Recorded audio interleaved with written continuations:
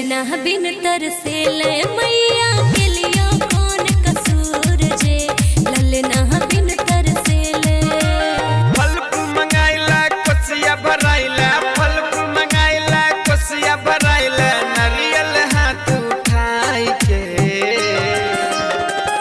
हे भौजी देता है, हे भौजी देता है, हे भौजी देता छठी मैया गोदिया में तोरा ललना। हे भौजी देता छठी मैया गोदिया में तोरा ललना। हे भौजी देता छठी मैया गोदिया में तोरा ललना, गोदिया में तोरा ललना, ललना।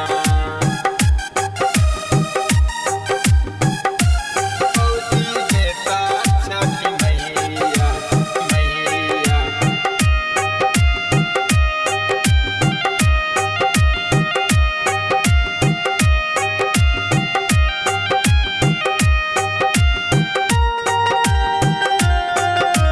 जब से लियो एह दुनिया में लियो तोरे नाम गे, ननदी गोतिनिया ए छठी मैया उलहन दे सुबह शाम है, उलहन दे सुबह शाम है।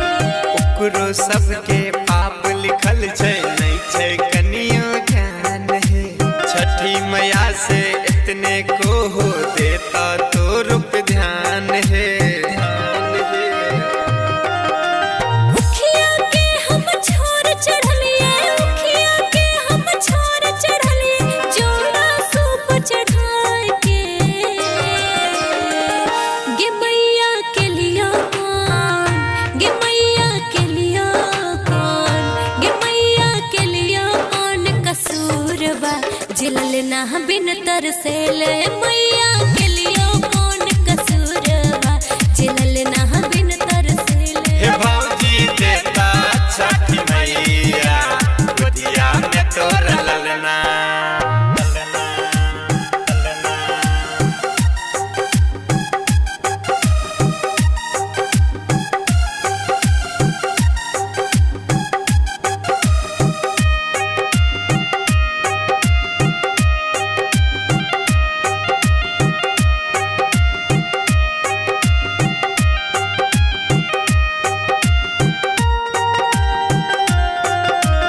एगो ललना बिना अंगना लागे छै मोर सोना है, कौन जोगिनिया के हमरा पर चलल जादू टोना है, चलल जादू टोना है।